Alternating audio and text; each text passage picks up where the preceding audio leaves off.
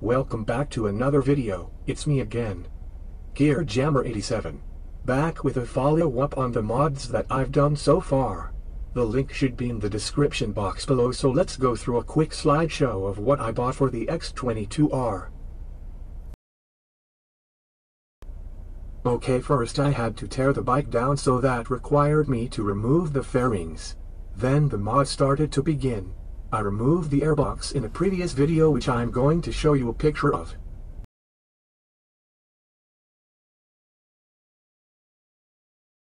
Just like the box implies, unleash the power within. The x22r has untapped potential, and I plan on seeking out every bit of torque and horsepower that you could possibly get from an aspirated engine without a turbo. Okay, so the first mod I bought was a K&N air pod filter. I think the code part number is R1060. This will help your bike breathe better, as I showed you in the mod video.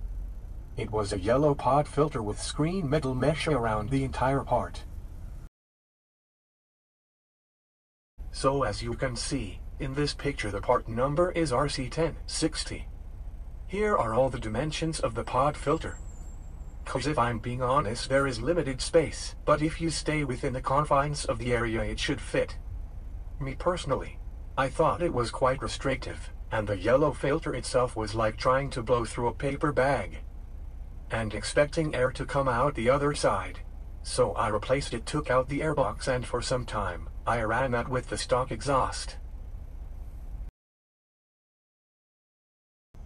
Oh yeah, by the way, speaking of the exhaust system, this is the Slipon Muffler that I went with. There are many of them online, over hundreds of dollars.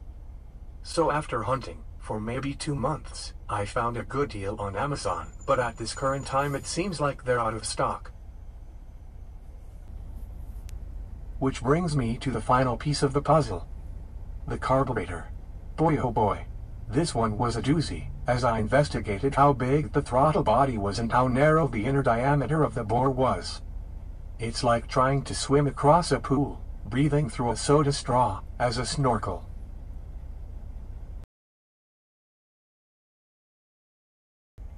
I took the stock carburetor off, replaced it with the Chinese variant, which it said it was a 30mm bore.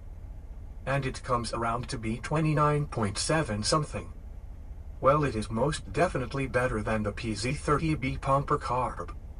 Its inside bore is around 22mm, but it says PZ30, as in 30mm, which it wasn't. Now I can get more air, more fuel, more power. And also the red accent is a plus in my book. And lastly we come to the end of stage 1.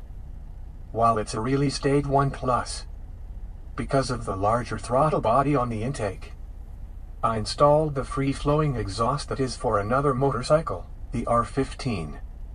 This I prefer over cutting the pipe, then getting the catalytic honeycomb out, and then finding somebody else or go through the tedious task of welding it back on.